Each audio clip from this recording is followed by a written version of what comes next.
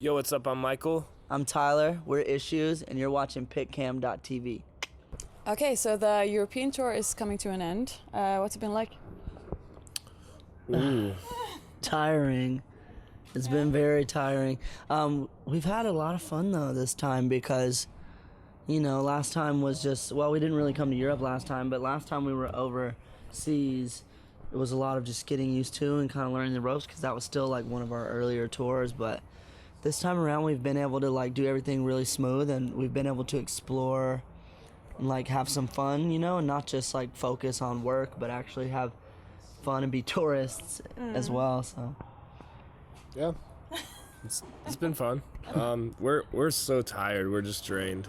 We just got off a 2-month run in the States with Bring Me. Yeah. And then we, immediately, came over here. So we miss our beds. we're ready to be home. I miss my dog. Oh yeah. Yeah. But it's been fun. It's been cool. The crowds have been sick, and we've played in front of some pretty decent crowds. So it's been cool. Issues has been around as a band for all that long, and your debut full length was released 2 months ago. But still, you get called things like the most explosive new band around, and the album debuted at number 9 at Billboard 200. Were you surprised by the sudden attention that you got? Yeah. We kind of hoped it would do well, but we never thought that it would be like that, It kind of all surprised us. We were before, it was pretty funny before the album dropped. We were what's the first week numbers gonna be like? It completely exceeded our expectations. Yeah, and we knew people were gonna like it or hate it, based on how different it is, but we didn't know it was gonna be number 9. I mean, so that was really awesome. That was a blessing. But when we get called the future or the most explosive band, I don't know, that kind of stuff scares me. I'm like, don't jinx us. We're still new. We're not trying to blow up too fast. But I guess if that's the case, then we just take it as it comes. But yeah. What can you tell me about the recording process of the album? Well, we started writing it on Warped Tour last summer. Just songs here and there. And we had a lot of time to really rethink the songs, because we started so early on it. So we changed a lot of songs. We wrote a lot of new, more innovative songs in the studio because we just got to a point where we were like, let's just do something fucking off the wall. Let's really step outside the box, and we cut a few songs as well when we were in the studio. They just weren't as cool because we wanted every song to be more like a single. I mean, you think about like Katy Perry. I know she's in a different genre and she's more mainstream, but every song on her album's a single. It's a hit. So we just thought we want to be able to really put the emotion into our music, but we want to be able to only put out the best of our best. You know what I mean? So that definitely paid off. So.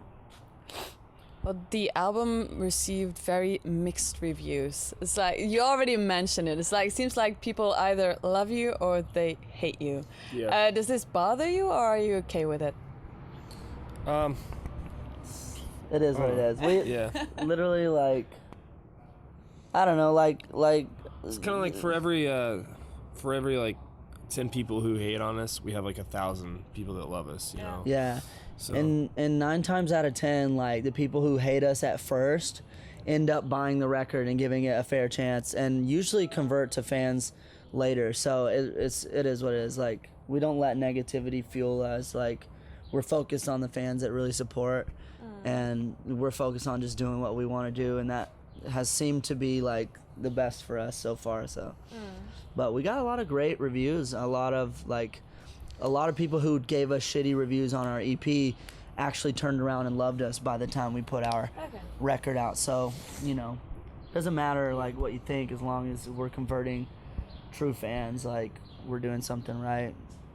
How did you end up with the combo metalcore, post-hardcore, and R&B? Why that one? I mean, people mix a lot of genres, but how did you land on those two? I have no clue. No clue. I don't know. I don't know. We kind of grew up on it, you know. We love both. Like pretty much every guy in the band, you know, loves, you know, R&B or you know, like I don't know, like AJ kind of. I don't know. Everybody's got a different genre has that a they different really taste. cling to. AJ listens to it somewhat, but I don't know. Like everybody loves R&B, and we all love heavy music. So why not do it? And it's kind of the stuff we grew up on. We grew up on like pop, like NSYNC and you know Backstreet Boys and stuff like that. You know, and like even like Usher good stuff. and stuff like that. But the thing like that's so creative for us is each person in the band has like so much talent and so much ability to like write songs themselves, and when somebody else brings to the table like a start of a song or like a general direction or idea, you can always tell that song's going to be different than the other songs because that person has a different taste or a different style. But you know, we all in the end we all come together collectively and we're able to make just like super original piece, you know what I mean? Because yeah. It's just always, I don't know what the formula is, but you can always tell it's issues, you know? Yeah. Do you guys understand that some people might take almost offense that you mix the mainstream stuff in with their beloved metalcore and post-hardcore? I don't know if I care that much. Yeah, that was my question. And I hate to be arrogant like that, but I feel like if you look back in history, I mean, my biggest influence is like Elvis. I love Johnny Cash. I love the Beatles. And if you look back on that era of time, like the reason those people were huge and really made an impact on art is because people hated on them at first because they were different and they were edgy and they really like broke the boundaries. Parents hated their kids listening to it. You know what I mean? And like we look back now and we're like, that's not heavy, but that was heavy to some people back then, and like it was different.